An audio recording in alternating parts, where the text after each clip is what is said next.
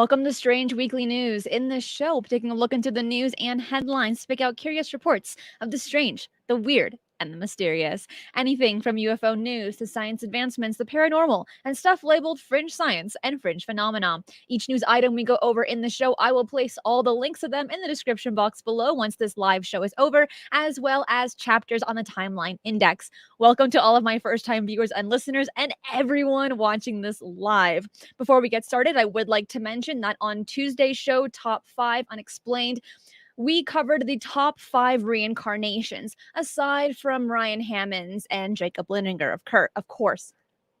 And then on Wednesday, I had the Skinwalker Ranch caretakers, Candace Lindy and Tom Lewis. Their interview was very eye-opening. It's gotten a lot of great feedback. If you haven't seen it and you're interested in Skinwalker Ranch, I highly recommend it. And then yesterday on Mysteries with a History with Jimmy Church of Fade to Black Radio, we covered the Mysteries of the Universe Part 2. And that was a really great show. But now we are doing 4 live shows here a week. There was no Skinwalker Ranch review because there was no show that aired this week, but we will get back on that next week. So make sure to hit the notification bell on YouTube so that you do not miss any of these live shows. Well, now we're in for the good part, aside from the articles, of course, because I have a bunch of great stories for you today. But it's Friday. You know what that means? Not only are we prepping for the weekend, but it's the day where I like to give back to you and you are able to win a gift card.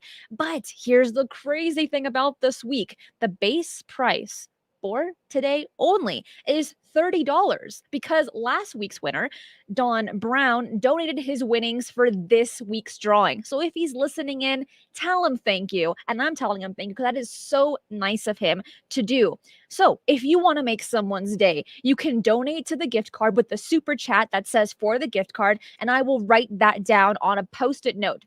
This week, a person will be able to win a Starbucks or Amazon gift card, and the word of the day is happy. Why? Because it's Friday. You can never go wrong with a good Friday. I'm going to pull it up here for those to see and put that in the live chat if and only if you are watching this live, and we will do the drawing at the very end of the show. Okay? And remember, that base price is $30. But again, if you want to make someone's day, put a gift card that says, or put a super chat that says for the gift card. Gora G says, Don, you're awesome. Yeah, he is. That's pretty great. All right, let's get straight into the news. So, of course, the first thing that we have to cover is the NASA hearing. It was a hefty hearing. It was so many hours. And there was the majority of people were rather disappointed in this hearing. Many believe that they wasted 4 hours of their life. But is that really the case? Well, let's get into it for those that didn't listen in or watch the hearing. So this group, formed in June of 2022, aims to examine data related to unidentified anomalous phenomena, UAP, a term that encompasses objects or incidents in the sky, underwater, or in space that cannot be immediately identified. The group, which has $100,000 in funding, includes former astronaut Scott Kelly and 15 other investigators from a wide variety of fields, including astronomy, oceanology, and even journalism. So during a meeting teleconference, astrophysicist David Spergel, chair of the study group and former member of the NASA Council, compared the study of UAP to fast radio bursts, FRBs, powerful bursts of radio waves from distant galaxies that were originally thought to be anomalies. And he states, sometimes anomalies are really interesting and point to novel physical phenomena. And I think there's a number of interesting lessons learned there. You have to decide or figure out ways in which you can be dedicated to observe and optimize your observational study to be able to do that. And I think that's what we think UAPs are. I think we're informed by previous successes and identifying anomalies. So that's what he had mentioned directly to space.com. But NASA did set up a panel to investigate unidentified flying objects And in that, they collected around 800 reports of UAPs, but only about 2% to 5% of them are possibly really anomalous, according to Sean Kirkpatrick, director of AARO. And the panel held. So the really interesting thing about this, no matter your mixed feelings on if you enjoyed the hearing or if you didn't, again, for those that watched it, it just came out May 31st. This is the first public hearing that NASA has ever done when it comes to UFOs, UAPs, however you want to address them as.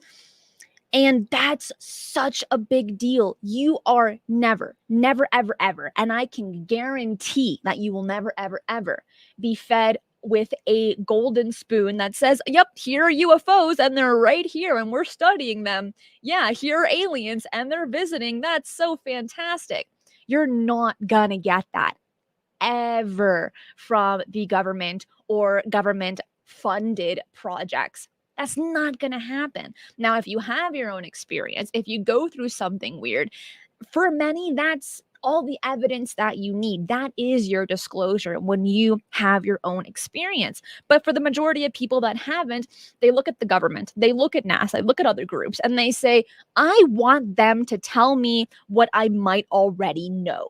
I want them to reinforce what I believe. And if they don't do that, I'm going to throw a fit because this is my funding, these are my tax dollars, and they're not giving me the answers that I want. And that's the pitfall for many because they have this want, they have this expectation, and they are not going to get it. And that's why the majority of people are so frustrated with this hearing, with previous hearings that took place in Congress, that took place with Sean Kirkpatrick with for AARO. People are like, they didn't say the word aliens. I am not for this. And while I can totally understand their frustration, don't get me wrong, I would love to hear them say those words and say yes, right? That would be the highlight of my 20 something years of life. I'd be like, this is what I came for. This is why I'm alive. But we're not going to be getting that probably ever. So the majority of people were like, I don't like this. But there was some interesting pieces that they mentioned that we should definitely look at and go deeper into. Jonaside, thank you for the gift card. Today is 21 years clean of a very nasty drug, but always hashtag ramen wagon. Congratulations, Jonaside. That takes a lot of discipline and a lot of courage to even mention that. So thank you for always watching the shows and congratulations on 21 years of being clean. That's fantastic. And I wrote that down. Now that is $40 for a gift card. That word is happy in all caps. Place that in the live chat if and only if you are watching this live. So, a few things that were mentioned in this 4+ hour meeting. Again, like, I don't know how people can sit down for that long. I'm not one of those people. During this, they mentioned that some of the UAPs turned out to be commercial aircraft, optical illusions, or microwave signals. And we saw things very similar during the AARO hearing a few months back. And for example, a video taken by a naval aircraft over the western US showed a series of dots moving across the night sky, which were later identified as a plane heading towards a major airport. And while they're trying to make this conversation I guess more, I don't know if real is the proper word, but to make it more approachable, to remove that stigma, that's one thing that they did mention, that they do not want to have the stigma anymore when it comes to UFOs or even studying UFOs. In my opinion, and I'm sharing my opinion here, it's pretty insulting to show commercial aircraft and say, well, see, our best pilots misidentified this, but they're actually dumb and it's an aircraft. Like, ugh. To me, that's nails on a chalkboard. That is pretty terrible. Of course, there are some situations where an object could be a little bit too far out of sight and it can slightly be mistaken. Okay, I can understand that. But when so many pilots have been coming out and saying they've been seeing weird things, but the majority of the videos that we're getting are stating, well, at first it looked kind of weird, but no, it has a pretty mundane explanation. And if you have like a basic trained eye to some of these videos, you can usually see the wings. You can usually see some type of exhaust, even if it's in a certain filter, right? And they're like, well, obviously, our people that we are paying with our tax dollars must not be very smart. That's terrible. So in that aspect, I was pretty disappointed there. But another example that they had mentioned, and I touched on this a little bit earlier, that's talking about the examples of a burst of radio waves picked up by such as researchers in Australia, which were caused by a microwave used to heat up their lunches. That's also pretty brutal, right there. Being like, yeah, so here's some pretty smart researchers, but what they were capturing was actually a microwave that they heat up their ramen in. Ah, ugh dude, that could not be more brutal. That could not be more insulting than to say that in front of millions of people. And those researchers that were probably listening in during the hearing, they probably wanted to dig a hole and just continue until they reach that 6 feet limit, and then put all that dirt right back on them, because that's horrible. That shouldn't have even been mentioned, in my opinion. There. But here's the plus side to this hearing is that some of the UAPs do remain unexplained and could potentially be extraterrestrial in origin. Origin. Yeah. I said Oregon and origin, man. Just that little difference right there. But you get what I mean. So, of course, just like when we got the preliminary report, the really two different ones, there was that category of we don't know what it is. And that's the category that so many of us are very, very excited in. We want to understand the unknown. But then, of course, when we understand the unknown, it's no longer an unknown. The UFO turns into an IFO, but at least we get those answers. And it would be amazing. It would be amazing if they turn around and say, look, it's none of our tech, but we do now have evidence and data to say it is from an extraterrestrial intelligence. I I would fall to the floor right there. My knees would get weak, my heart would just fall into my stomach, and I'll say it again. This is the reason to why I'm alive. That's the information that I want, but we're not going to get it. We will not. And I know others are going to say, "Oh, I sure do hope so." Look, we can hope all we want, but right there's expectations, and we're going to be constantly deflated every time we get a hearing or a report and they don't mention that, to the point where we will lose hope in this phenomenon and in disclosure. But if you do not have expectations, okay, then it's a totally different ballgame. Then you're like, yeah, you know what? I'm really happy about these hearings. I'm really happy about these papers because it's reaching the public. More people are being prodded to look into these topics.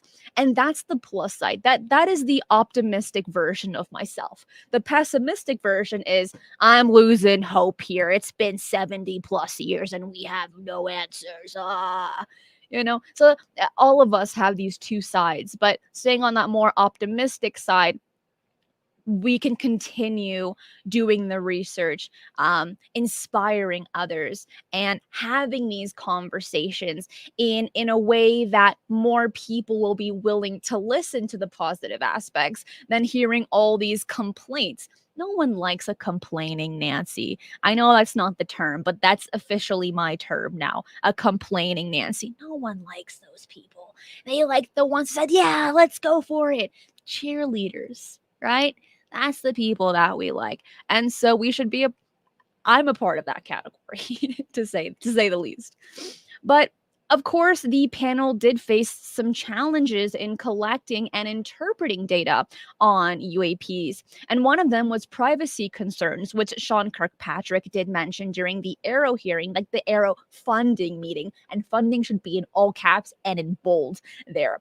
But he mentioned that. And it was interesting to hear the NASA panel to mention that as well.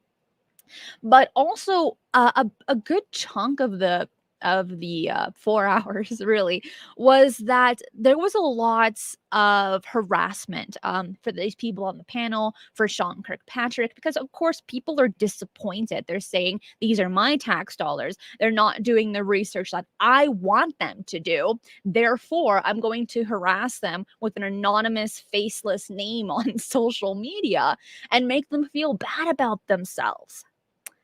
I do not promote anything like that. That is the lowest of the low. That is like below dirt. That is below fecal matter. It's terrible.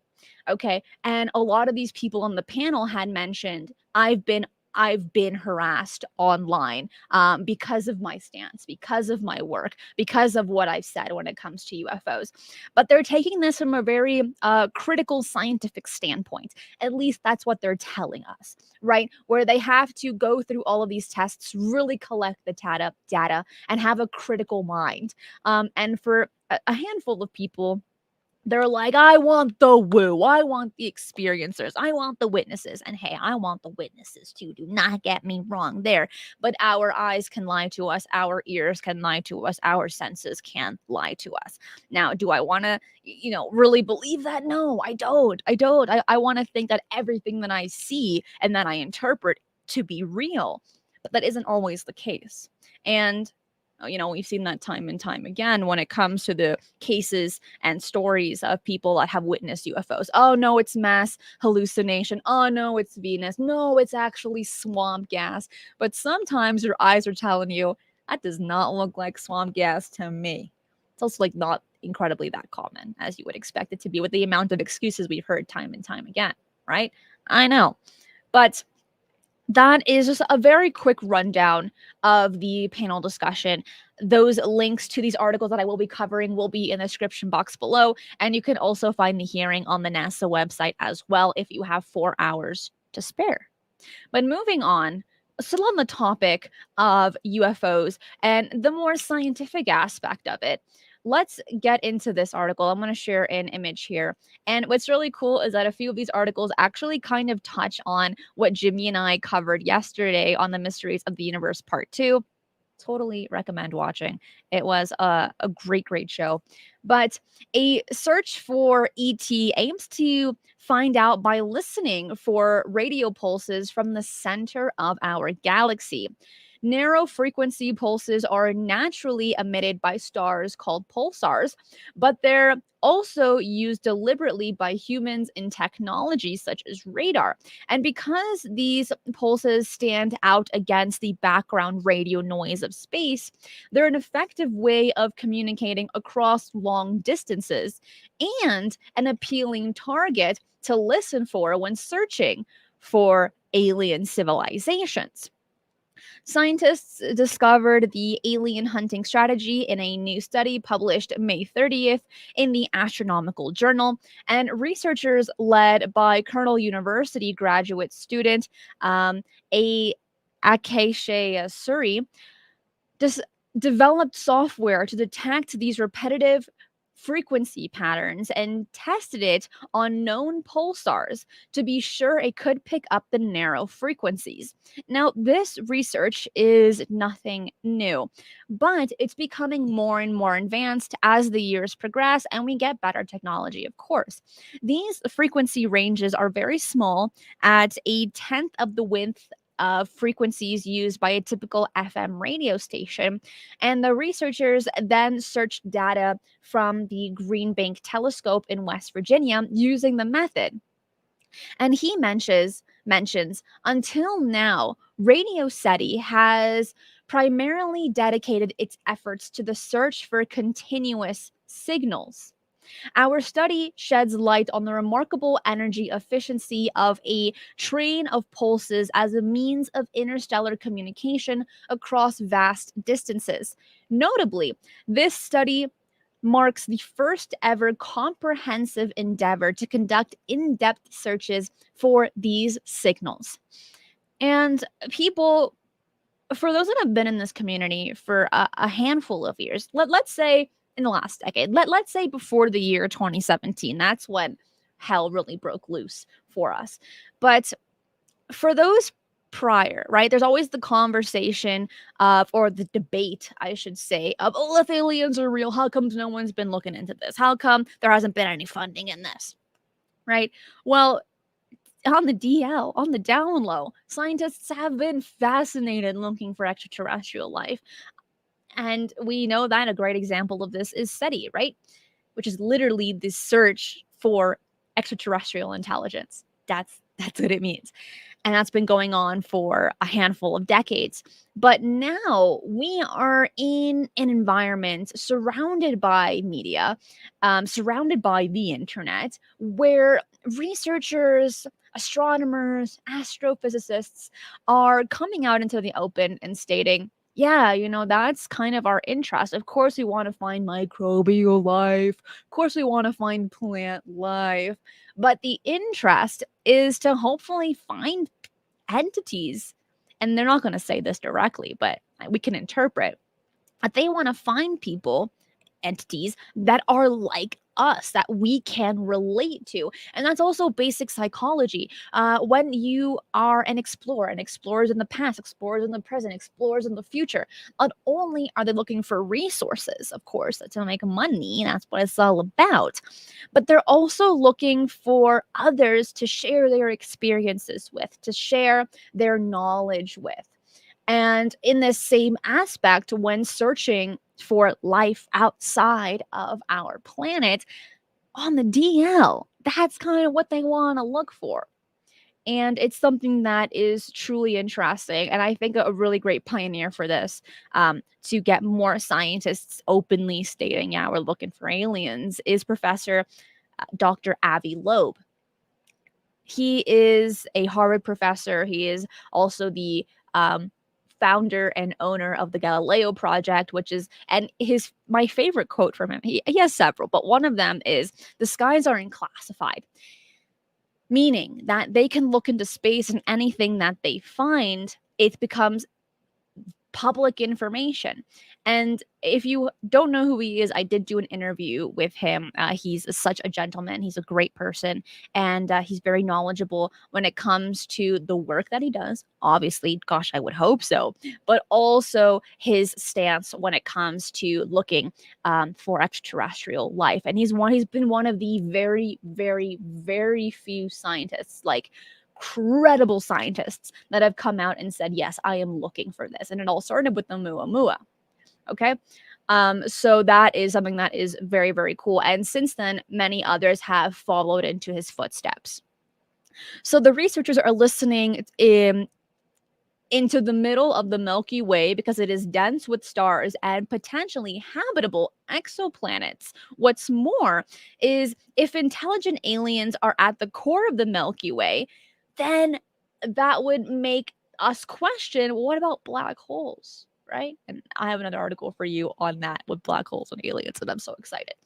But this is something that is really fascinating. And again, that is becoming public information, that people are doing research into these aspects. Before, a few decades prior, they were still doing the research, but the papers weren't made public, or the media wasn't covering them. But it was only published in these very specific journals, like the Astronomical Journal. Okay. But now the media is saying, you know what, this is actually pretty cool. I think people would find an interest in this. Let me go ahead and make this more public. And we got to say thank you to them, because they have audiences that other people don't. So the method for this particular research uses an algorithm that can search about 1.5 million telescope data samples in just 30 minutes. 1.5 million telescope data samples in 30 minutes. Though research did not find any telltale signs in their first search, they say that the speed of the algorithm will help improve searches in the future. We've also covered articles here of astronomers also using AI to attempt to look for intelligent life, looking at signals that were prior thought to be like absolutely nothing, revisited and said, oh my gosh, this is really weird. One of them actually was a high school graduate who created a program that could, with using AI, that could search all of these different signals. Brilliant mind. Just a kid. just to get it. It's genius. And that's amazing. But it continues with breakthrough listen captures, and that's the name of their piece of equipment. Captures huge volumes of data, and the techniques provide a new method to help us search that haystack for needles that could provide tantalizing evidence of advanced extraterrestrial life forms. And that's what we want to hear, right? That's what we want. Forget the government and them doing their little projects and making only a handful of it public. It's the science that we need. And it's people like this that say, yeah, look, whatever we're going to publish, whatever we're going to find, we're going to publish it for you. Now, is that really going to happen? It has to be proofread. It has to be peer reviewed. And maybe there's a few people on the inside that are like, this cannot come out to the public. But hey, maybe in a decade, this will be a totally different conversation. The Pentagon, NASA, Aero, they're laying down a foundation for more people to come forward and to talk about their research, to say that I actually have an interest when it comes to extraterrestrial life, extraterrestrial civilizations. So while we don't all agree when it comes to this type of government funding or will the government ever give us disclosure, we don't have to agree on that. But what we can hopefully agree on is that they are setting a blueprint and also a foundation for more people to come forward. But I did tell you that I did have an article about black holes and aliens. And you know if you're a listener that I love black holes. And we covered it in the Mysteries of the Universe part 1 and part 2 as well. But I like to cover it here for strange news when I can, if it seems appropriate for that day. So let's pull up this image as a visual aid. Here it is. Okay. Because according to a new study by David Garofalo, an associate professor of physics at the State University in Georgia, states that the existence of advanced life in the universe may depend on the influence of black holes on star formation. That's so great. So the study titled Advanced Life Peaked Billions of Years Ago According to Black Holes will be published in the journal Galaxies and will be available rather shortly. But Gallo-Fallow, which is such a cool name, that is a fun name, argues that black holes can either drive or suppress star formation depending on whether they are in gas-rich or gas-sparse environments. In gas-rich environments, black holes can create powerful jets and winds that blow away the gas and prevent new stars from forming. Oh, yeah, that makes sense, right? Right. In gas-sparse environments, black holes can spin faster and create more radiation that heats up the gas and triggers star formations. So the link between black holes and star formations has implications for the emergence of ETIs, extraterrestrial intelligence, which require billions of years of evolution and stable planetary systems. Garofalo claims that advanced life peaked billions of years ago when the universe was more gas rich and black holes were more likely to suppress star formation. This would create a window of opportunity for ETIs to arise in galaxies that had enough stars, but not too many. It's so cool. Also, I'm just going to pull this up again while I continue this article to put in the word happy in the live chat. If you're watching this live, to win a $40 Starbucks or Amazon gift card. If you want to make someone's day, put a super chat that says for the gift card, and someone's going to walk away a very happy person. Hence, the word happy is the word of the day today, right? So I'll leave that up for you. But he also challenged the assumptions behind SETI, the Drake equation, and the Fermi paradox, which are based on the idea that individual planets are the key to finding life, which we covered yesterday on the Mysteries of the Universe Part 2. He proposes that we should look for galaxies that have the right balance between black hole feedback and star formation, and that we should consider the possibility that ETIs may have gone extinct or transcended their physical form. That's an interesting statement right there. And you can decipher on what he means by that. But there's a bunch of probably different people have different ideas by what he means by that. The study is based on theoretical models and observations of black holes and galaxies, and it raises many questions and uncertainties. For example, How do we define advanced life? Great question. How do we measure black hole feedback and star formation? How do we account for other factors that affect habitability, such as supernova, cosmic rays, and planetary dynamics? How do we test the predictions of the study at all? So he acknowledges that his study is speculative, which is valid, and he hopes that it will stimulate more research and discussion on the role of black holes in the evolution of life in the universe. My hat goes off to this man because he is putting himself out there like Avi Loeb, and he's just speculating. He's just musing about the mere possibility. He's not saying, look, guys, I have the answer. I have a PhD degree. I know exactly what I'm saying. He is not taking that route. He says, look, it's an idea. It's a possibility. We need to do more research. And when we get advanced enough technology to actually go ahead and attempt to visit around the area of a black hole, maybe we can get those answers. But we need these creative minds. We need these people that are thinking outside of the box and are not afraid of ridicule to continue their path and to inspire other people to take that path and to build off of their research. So, this doctor right here, awesome. Love it. Also, he brings in black holes and aliens. Like that is like the equivalent of ramen with a boiled egg and your protein of choice. Okay? It's like that. Nothing is better than that. Or ice cream with sprinkles. Also delicious. My new favorite ice cream right now, by the way, is the Haagen-Dazs vanilla ice cream with chocolate chips. When chocolate is like icy cold, that crunch, oh, it's so satisfying. So good. I'm off my little tangent there. But moving on to our next article, please put in the word happy. We only have 12 entries. Come on, guys. That doesn't actually make sense how we only have 12. But yeah, put that word in for a $40 Starbucks or Amazon gift card. Heck yeah. Make sure to put it in all caps, by the way. All right. Moving on, because now we're getting to the kind of strange here. And there was a recent Bigfoot sighting. How many of you enjoy Bigfoot stories? Just the topic of Bigfoot. Jimmy and I did a whole show on Bigfoot, and it was really interesting. I'll tell you this, and I'm not going to get too deep into this, but I didn't really have an interest in Bigfoot. I'm just like, okay, it's a big hairy guy. Just like let him do his thing, living his best life, like leave him alone.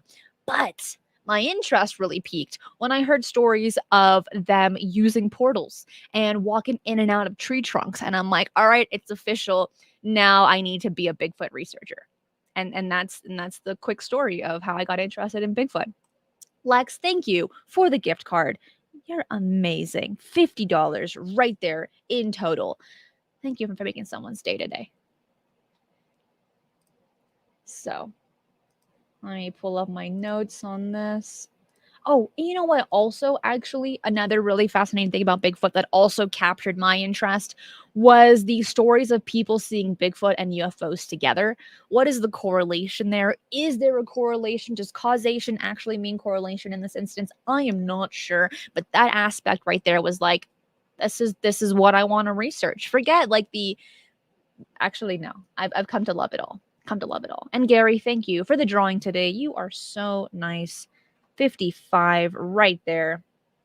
Beautiful. Thank you for that. All right, so let's get into this. So, a man who lives in Fairchance, Pennsylvania, had a close encounter with the Bigfoot on May 22nd, 2023, around 11 p.m. He was alerted by the noise of his cattle and went outside with his rifle to check on them, as you would if you're a farmer or whatever, a cattle rancher. So he expected to see a coyote, but instead he saw a hairy man creature about 8 feet tall in the muddy area near the cows. He yelled at the creature, which ran away from him. He's like, oh, this guy just yelled at me. Better be running. I'm pretty scared. The witness, who wishes to remain anonymous, told researcher Jim Brown what he saw. He states, it was huge, bigger than any man I've ever seen. It had long, dark hair all over its body, except for its face. It had a flat nose and a wide mouth.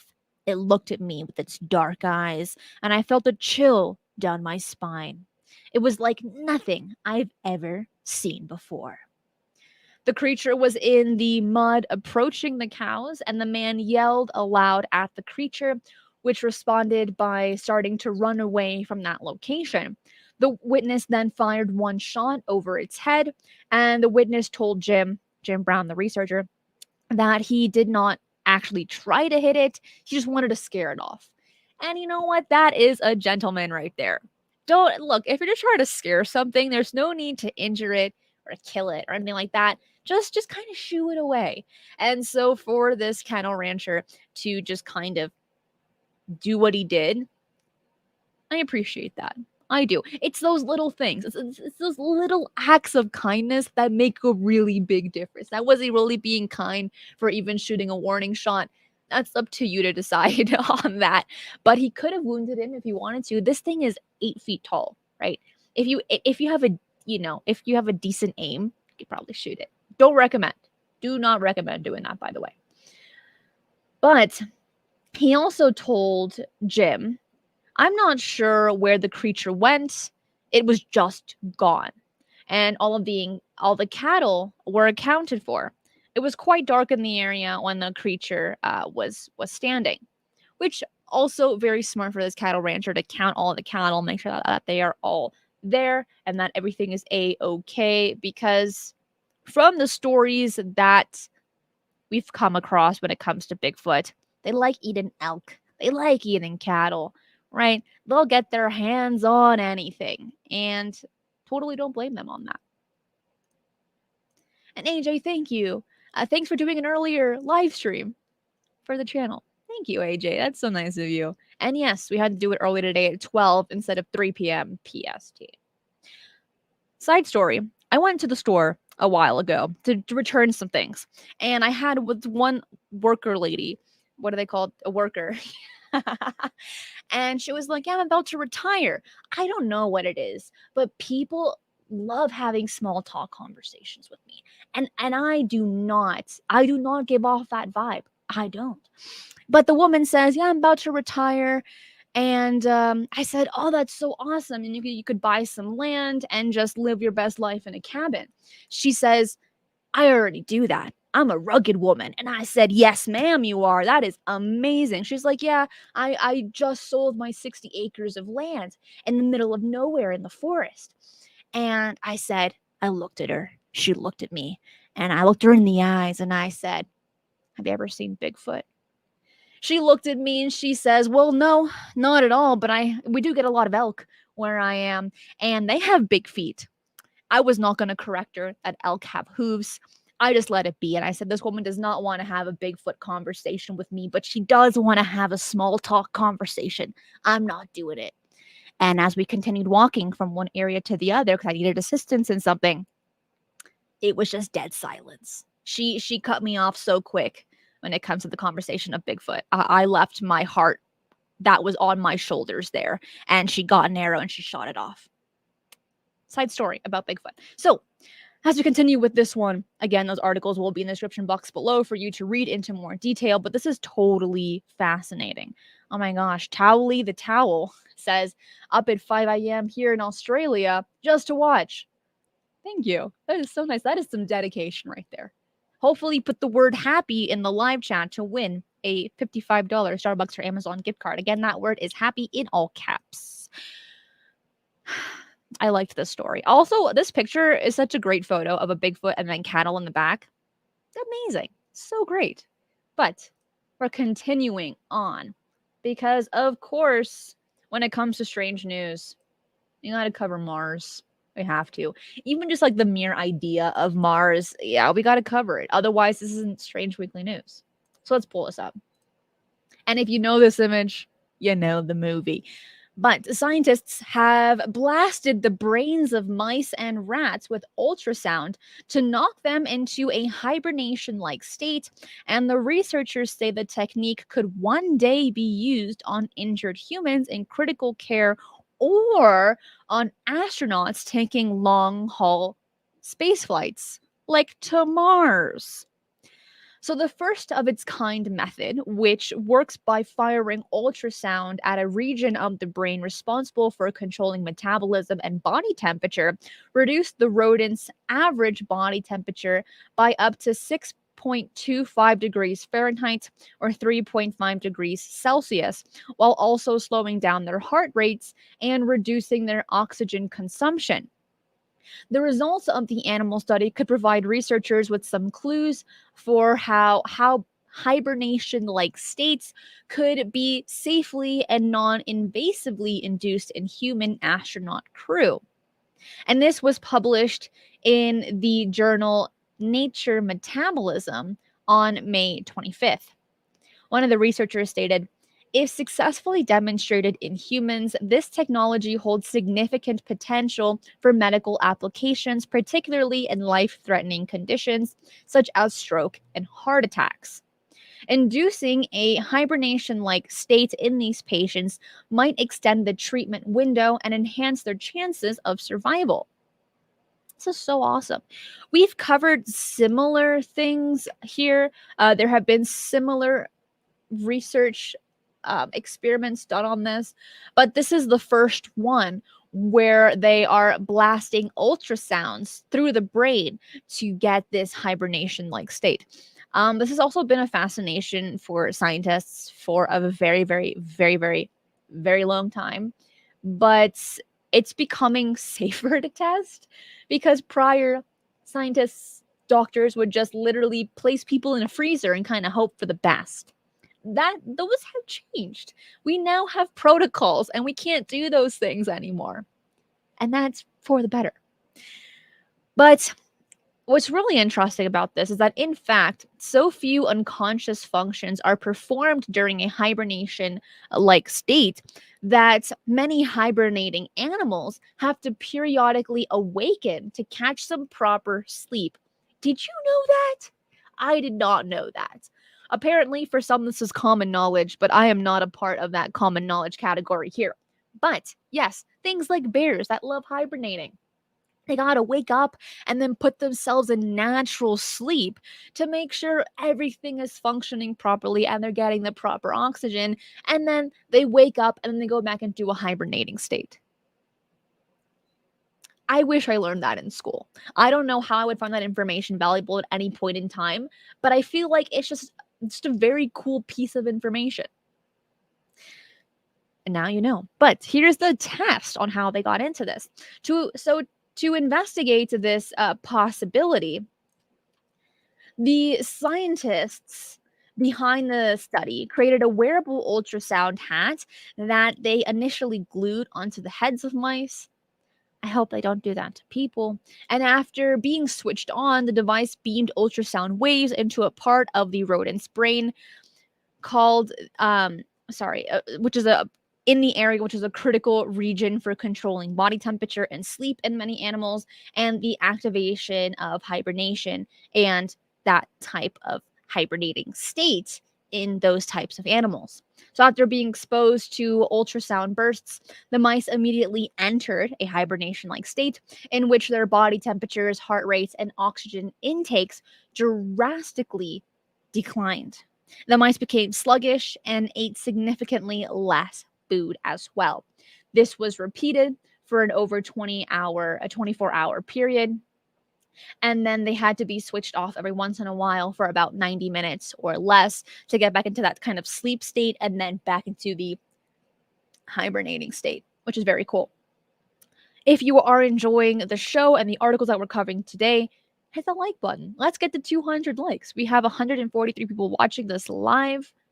If you are enjoying what you're hearing, what you're seeing, hit the like button. It lets me know that you're enjoying the show, and it also helps the YouTube algorithm as well.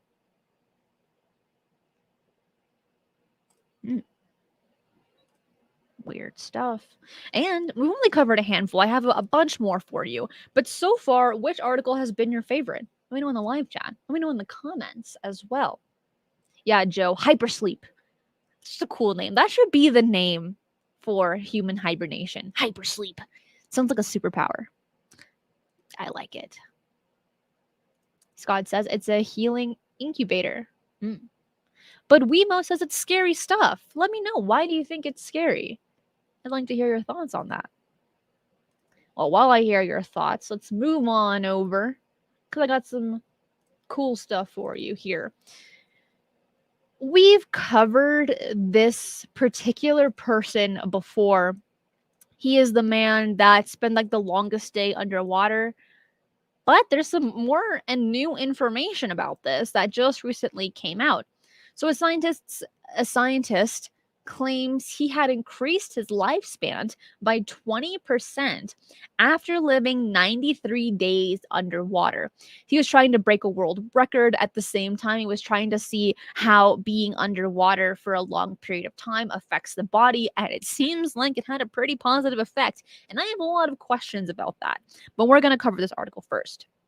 So Joseph Dituri, 55, a retired naval officer, has been living inside a 100-square-foot pod at the bottom of the Atlantic Ocean for 93 days, researching how a pressurized environment impacts the human body.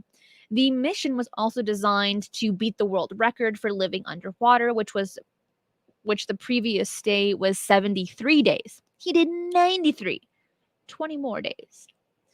Joseph had mentioned that doctors conducted tests on his body to see how it changed from March to June, including tests that measure telomeres, and compounds at the end of chromosomes that shorten with age, which is very interesting how they focused on that specifically. But he claims they are now 20% longer, and he has up to 10 times more stem cells than when he first moved into the underwater pod in March. His experiences he stated that 60 to 66% deep REM sleep every night.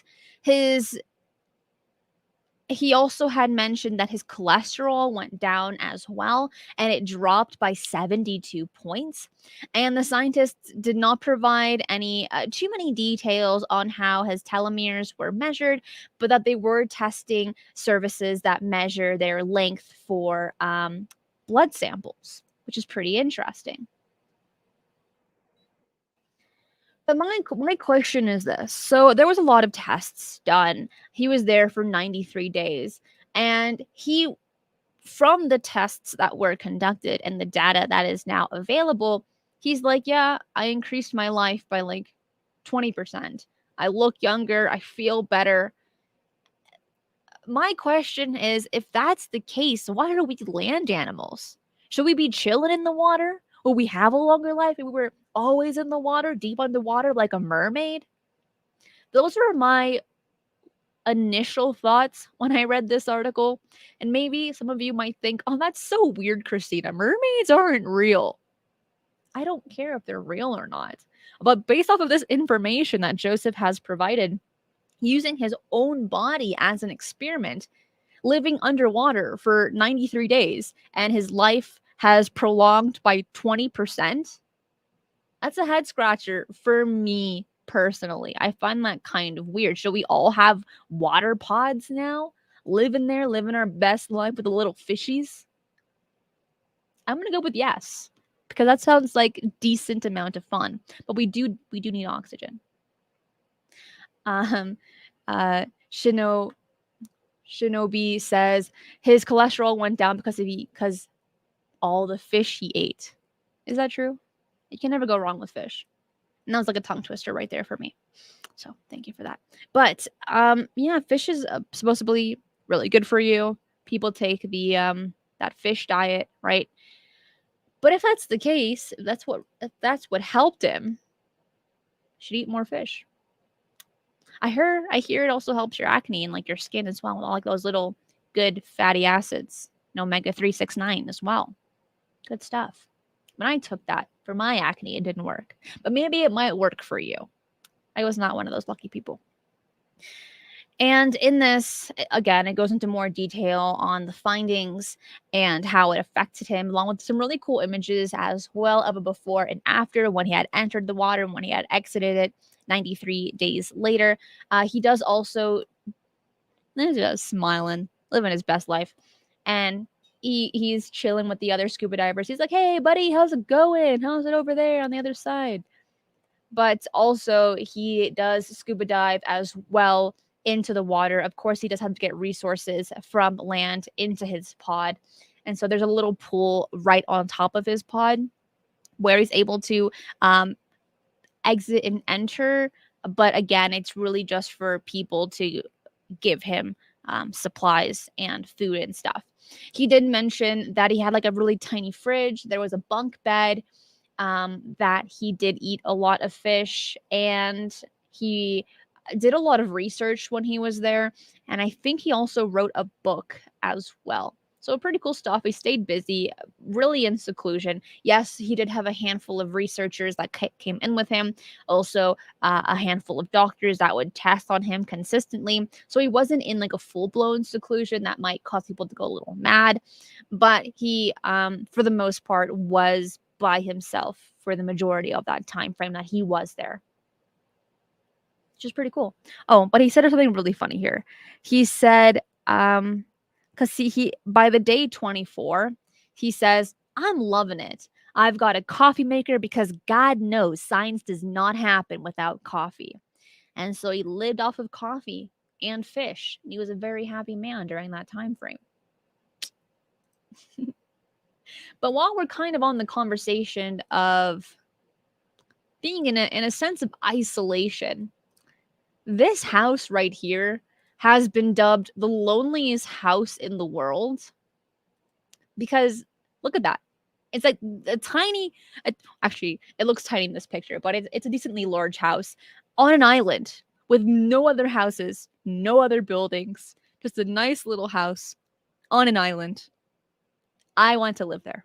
That place has my name all over it. That's where I want to be. But this has been dubbed the world's loneliest house based on a completely remote island, um, right off the coast of Iceland. And as you can see here, there's no roads to the mainland, there's no bridges. Hopefully, you have a boat, not only to catch your meals, but maybe to get yourself to mainland to replenish on some resources. But we're going to get into that. So, on a hillside, literally slap dab in the middle of nowhere, there sits a tiny little dwelling surrounded by water and a whole lot of mystery. The lodging on the Icelandic island has long since been the center of a bunch of conspiracies as people desperately try to make sense of its existence.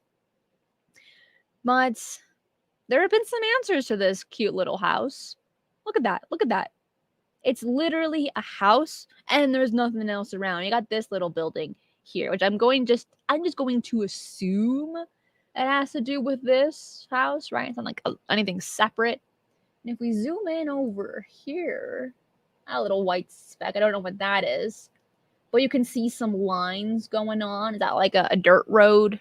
Maybe, but it's very nice. So people have been looking into this and saying, is this like for a zombie apocalypse? Is it for a nuclear war? Why is there this house in the middle of nowhere, really? And who built it? How do they even get the supplies there? And that's a valid question. Definitely is.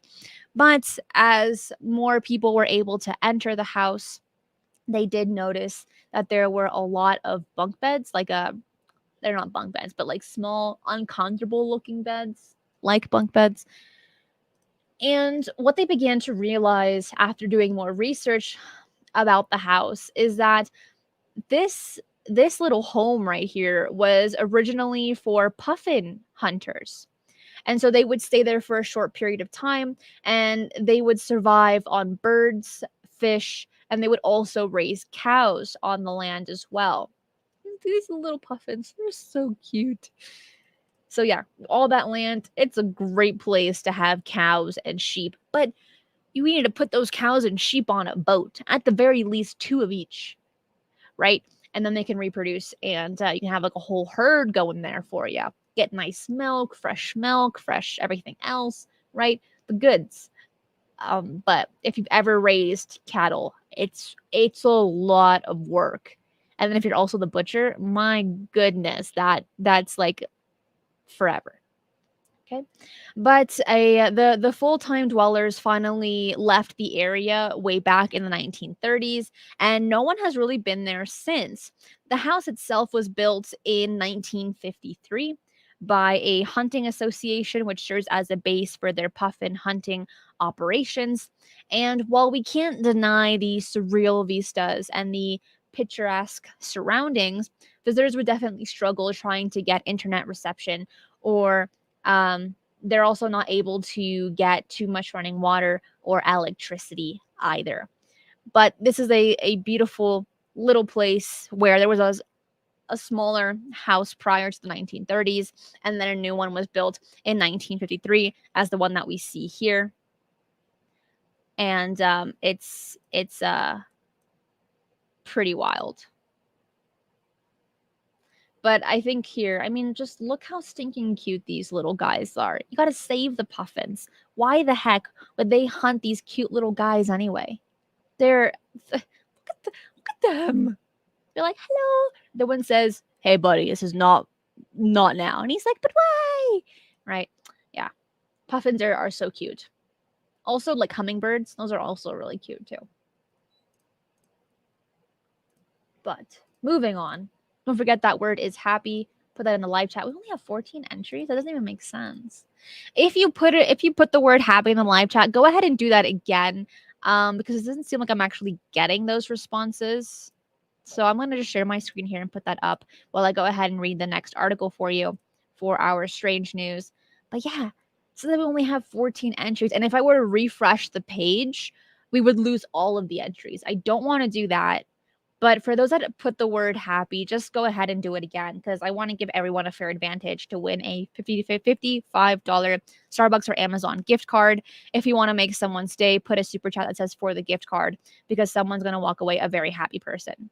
I know, like, I'm seeing these in the live chat, but it's not like racking up here. Ah, it's so weird.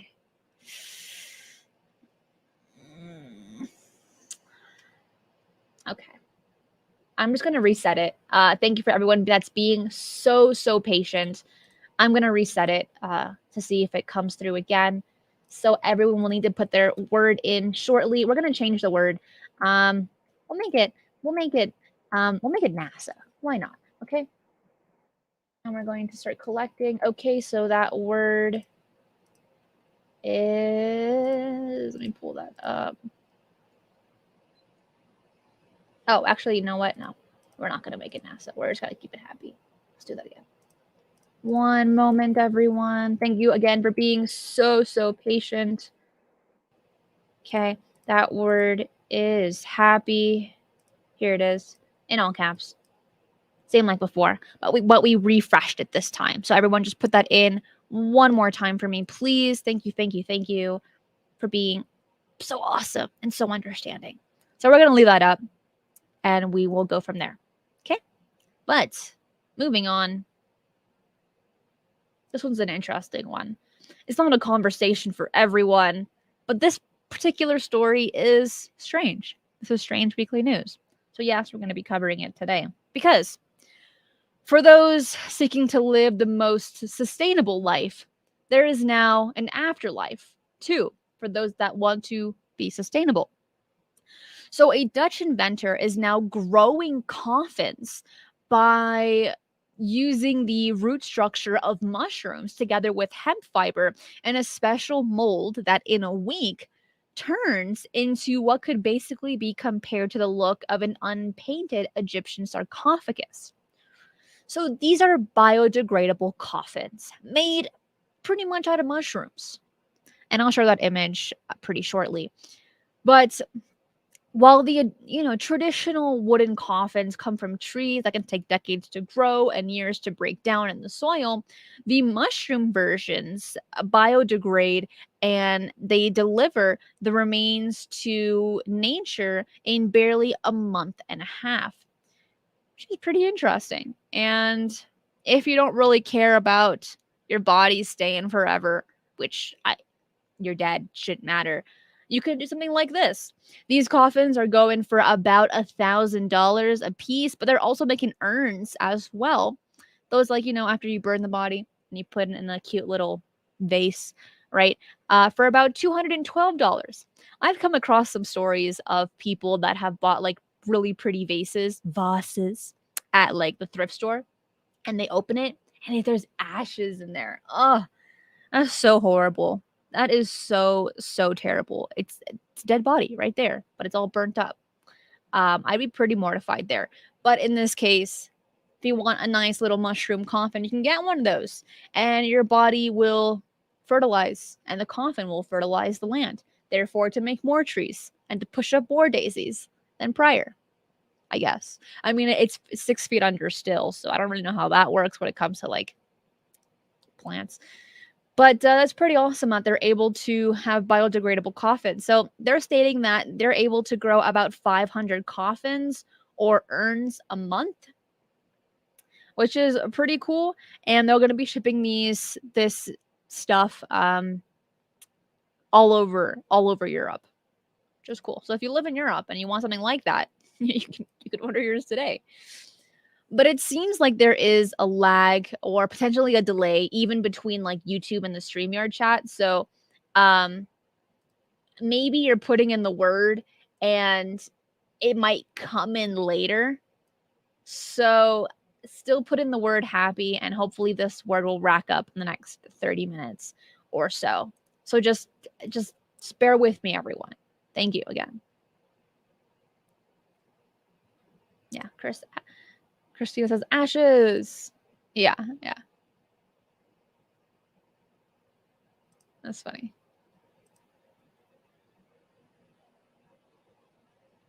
Who doesn't like mushrooms? They're so good in like pizza and stuff. What did I do? My bad. They are so delicious. Yeah, Android says 6 entries still not working right. Clear your browser, cache, close all browser tabs, and use a different word. But it doesn't have anything to do with my laptop. It's on their side, I think, with StreamYard. Because this is the second time this has happened. Not consistently. The first time happened a few months ago.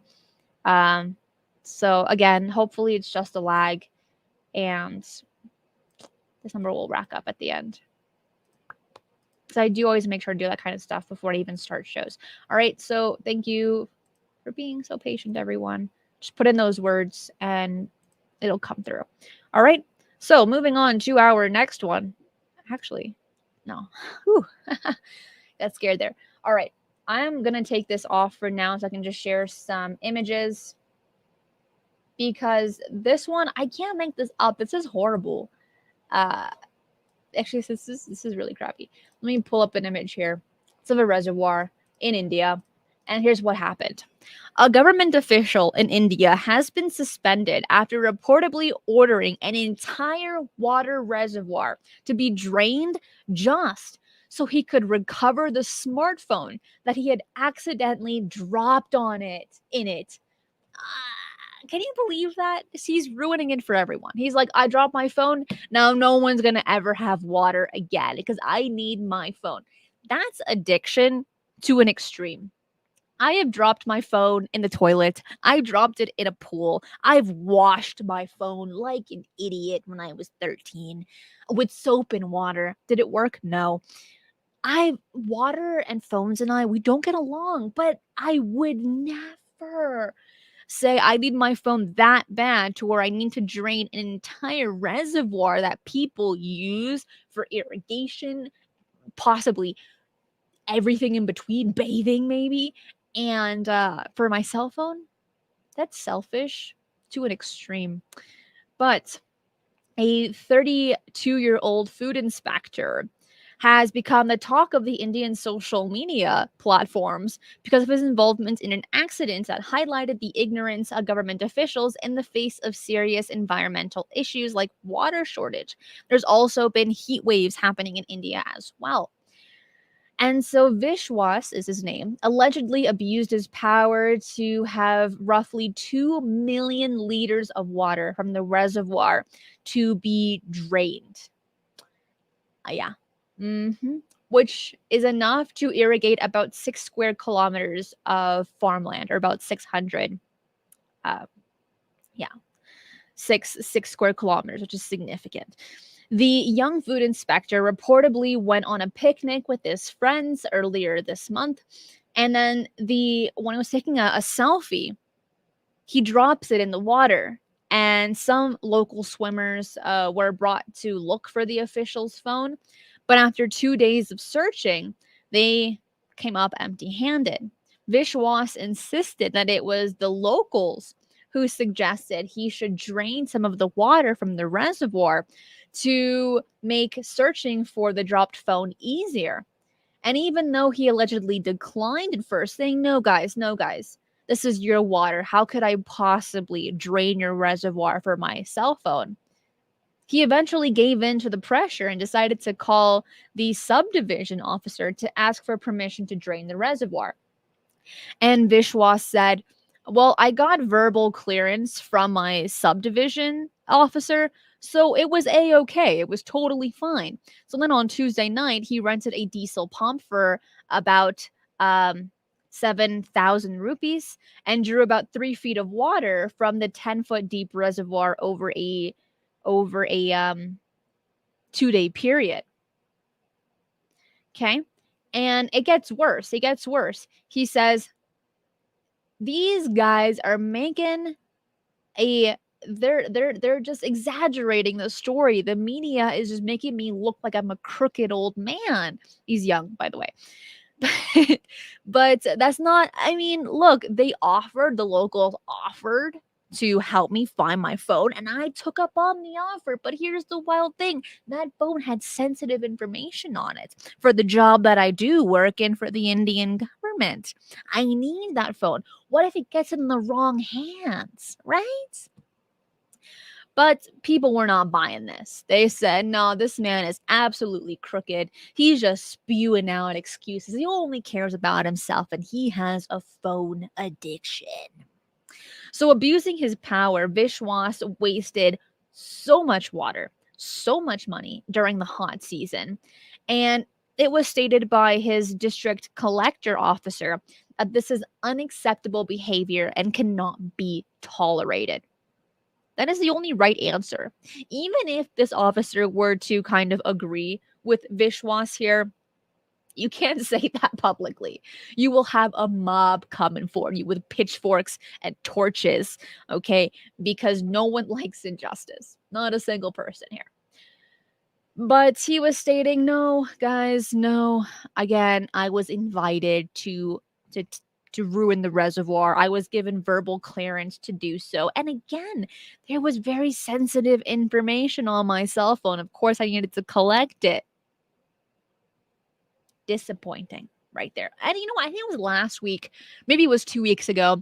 There was a phone found in the ocean for like 30 something days. And the fisherman put in the password with a bunch of zeros, or a bunch of ones, excuse me. And he contacts the owner of the phone saying, look, you dropped your phone in the ocean like 30 plus days ago. I'd like to return it to you. And it actually worked. And that's ocean water. It's so salty. It just corrodes technology like it's nobody's business. And for it to survive is pretty impressive. Now, if this Indian man right here would have heard that story, and the same thing were to happen to him 30 days later, that phone were to be found in this reservoir, then yes, I'd be a little scared there if it really did have sensitive information. But we don't actually know if it does, because he has the phone now. Does it work? We also don't know that information. But just the whole idea of him ruining a whole reservoir for his cell phone is pretty terrible, really. Okay. Moving on to our next case. Like, that is one aspect of humanity that I would never want any extraterrestrial intelligence to see, because they would instantly say, that is not intelligent right there. That is messing with resources, especially during a hot season. And they would be very disappointed, and they would say, I would never want to talk to the human race. ever. And in that aspect, I wouldn't blame them. But now we're getting into the weird stuff here. This one is actually really, really funny. Getting from the sad to the funny, because there was a black bear in Connecticut that raided a cupcake garage and ate 60 cupcakes. Now, that was my dream as a child, where for dessert, I wanted cupcakes and ice cream, and I wanted to eat until I would throw up. This bear had the same ambitions because a hungry black bear barged into the garage of a Connecticut bakery, scared several employees, and helped itself to 60 cupcakes before running away. I bet he had a really bad tummy ache after that, because that is just pure sugar, processed sugar as well. But workers at Taste by Spellbound in the town of Avon were loading cupcakes into a van for delivery on Wednesday when the bears showed up. And there are between 1,000 to 1,200 black bears living in Connecticut. And the state state environmental agency had mentioned. And the bakery owner, Miss Stevens, wrote in an Instagram post that she heard employees screaming bloody murder and yelling that there was a bear in the garage. And there's a whole video to this. That link will be below so you can watch the video, because it's really funny. Because you see the bear here, it's grabbing that box. There's cupcakes spilling out. And then he keeps going. He's like, I'm going to eat these cupcakes, right? And then he just goes for it. He's like, nom, nom, nom, nom, nom, nom, 60 cupcakes. And then he soon runs away afterward back into the forest, I'm assuming. But it's so funny, because what ended up startling the bear was that the baker finally got into a car and started honking the horn, which would scare anyone. That would scare me too. And so it ran off. But here's the Instagram post. So the owner has an Instagram, and she posted this image, and this is what it says. Okay, here's the real story. We have a loading garage in the back of our Avon shop for our transit, and Marion was loading it with the last items before I was to leave. She was on the West Hartford side of the van. I looked up and I saw a bear staring at her from the South Windsor side. All of a sudden, we hear her screaming bloody murder and then yelling, "There's a bear in the garage!" She ran into the kitchen as fast as she could and slammed the door that goes into the loading area and held it really tight. The bear then moved one of our fridges in front of the door. We were stunned for a second, trying to figure out what to do while she held the door shut. I immediately called 911. Lisa then had a brilliant idea to go out the front and get in her car and drive around the back, and she started beeping her horn like a crazy person. She finally got him out, and Marion ran to the garage to close it as fast as she could. The cops showed up, and our landlord has been working with DEEP, DEEP. I don't know what that means. The bear destroyed 60 cupcakes, a bunch of coconut cake, and that, folks, is the bear story. I'm so thankful Marion was safe and wasn't hurt, as well as the rest of the team. And then she mentions at the very bottom, we don't have any video or pictures. This was the last thing on our minds. So then she took a picture of the aftermath after the bear stole a bunch of cupcakes and ate a bunch of coconut cake as well. That's I mean, that is a story right there that you would tell your grandkids. And you would like that would be so awesome for her to like actually post that Instagram story like on their board. Like, sorry, let me be more specific. In their bakery, like to print it, to blow it up, and then put it on their wall at the bakery. More people would come, because this is a great media story. It's great marketing. It's great media coverage. So I can just assume here that she got a lot of customers right after that, probably all wanting to buy the same cupcakes that the bear ate, and coconut cake. I've never had that. I also don't really like coconuts that much. I would never have it. Let me know what your favorite cake is. I really like tres leches. That one is a solid 10 if and only if it's made right. Because while it's made out of 3 different milks, it can still taste dry, which makes no sense, but it does. But tres leches, when done right, made by abuela's hands, you know it's good. Any abuela, doesn't even matter. Any grandma, they always make the best cake. But let me know for you, what's your favorite cake flavor? You know what? Marble is also kind of okay, but you can never go wrong with plain vanilla with some nice like Philadelphia cheese whipped cream frosting. That's the word. That's delicious. But like the really cheap frosting from the grocery store, I don't dig it. It tastes oddly foamy and fake. But that's just me. Well, I got the best for last. Actually, no, this is just really weird for last. And then we're going to do the drawing. We have 7 entries. Okay, hopefully it's going to catch up to us. But let me pull up this image here because this is crazy. How many of you have tattoos, like tattoos, or a tattoo fanatic, maybe? Because this person right here has an optical illusion tattoo right on his bald head. Look at this image. And for those listening to this on a podcast platform, jump over to YouTube to see this image because it is crazy and that link is below. Also, if you're enjoying the show so far, hit the like button. It lets me know that you're enjoying the show and it also helps the YouTube algorithm as well. But this is just admire this for a second here while I figure this out. Now, for myself personally, I'm not fond of needles. Tattoos and me kind of pass there. But to be able to sit for a long period of time and have someone tattoo your head, that is is dedication 101. That's amazing right there. And so there was one particularly skilled tattoo artist based in the States that was looking to improve his inking skills. And so then Matt Person, who works at the Zion Tattoo Company in St. Georgia, Utah, sent the internet into a total frenzy after sharing with his 63,000 Instagram followers his wonderful yet very weird work. And yet, Matt went viral a couple years back after going to new extremes, inking a magnificent optical illusion tattoo on his friend Ryan. And he inked a series of thick lines on Ryan's bald head, twisting inwards to the back of his skull, as we're seeing here.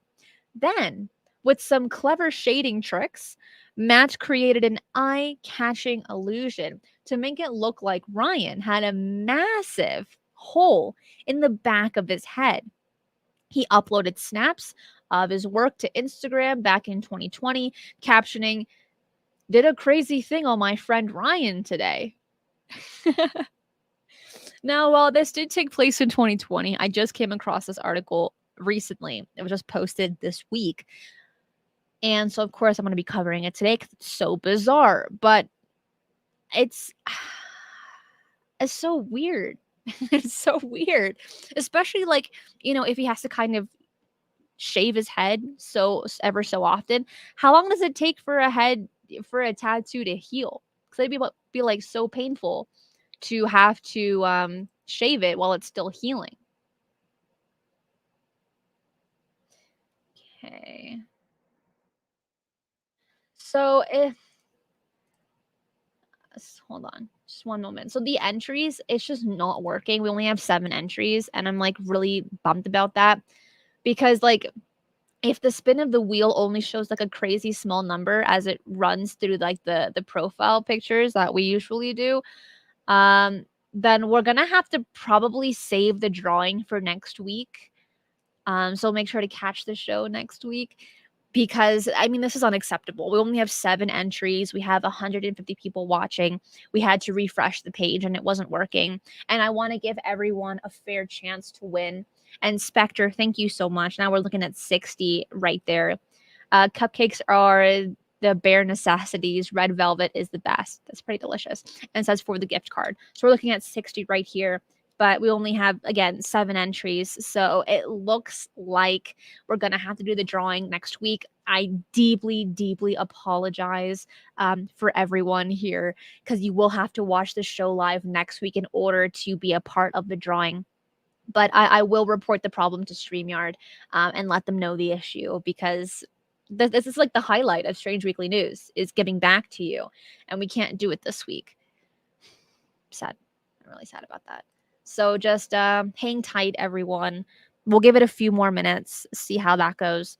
And if nothing, then just make sure to hit the notification bell on YouTube so that you do not miss next Friday's show. But we're going to do the drawing anyways. Let me just see if maybe we'll get more than 7 entries, just to be sure. Okay. But if only a few faces show up, then we'll have to do the drawing next week. All right? So let's do this. How many names are we getting? We're getting 7 names. Okay. Yeah. So I'm sorry. We're just going to cancel that because I don't want to make anyone upset of who the winner is, because I only saw just a few names. Okay. Again, I'm really, really, really, really, really sorry about that. But thank you for everyone that's being so patient and so understanding as well. You guys are all so amazing. That is it for today's show. I know, ending it on a sad note today. But out of all the articles that we covered, which one was your favorite? Let me know in the live chat. Let me know in the comments as well. I do read all of the comments. I think for myself, my favorite article, I really like the bear eating 60 cupcakes, because it reminds me of me as a child. And then as soon as I moved out of the house, I told myself, I'm going to have freaking Oreos for dinner, and no one can tell me otherwise. I only did that once. There were significant consequences afterward. And so now I try to eat a proper meal for dinner. And Oreos is not usually the option for that. But I had to make my childhood self proud. And I did. And it was terrible, really. But that is it for today. I will catch all of you guys next Tuesday for top 5. Like the show if you haven't already. Follow me on Twitter at eyes_on_the_skies for all of my updates and news. If you want to continue this conversation, bring it over to the Discord server, where you can share your thoughts, your ideas, your opinions, your experiences, and more. I know one of the moderators will share that link in the live chat. And if you are enjoying all the content that you're seeing right here, consider being a Patreon supporter. All the funding goes straight to the channel, to Pukwudgie, and to the RV Fund as well. I'll catch all of you on Tuesday. Be safe. And remember, keep your eyes on the skies.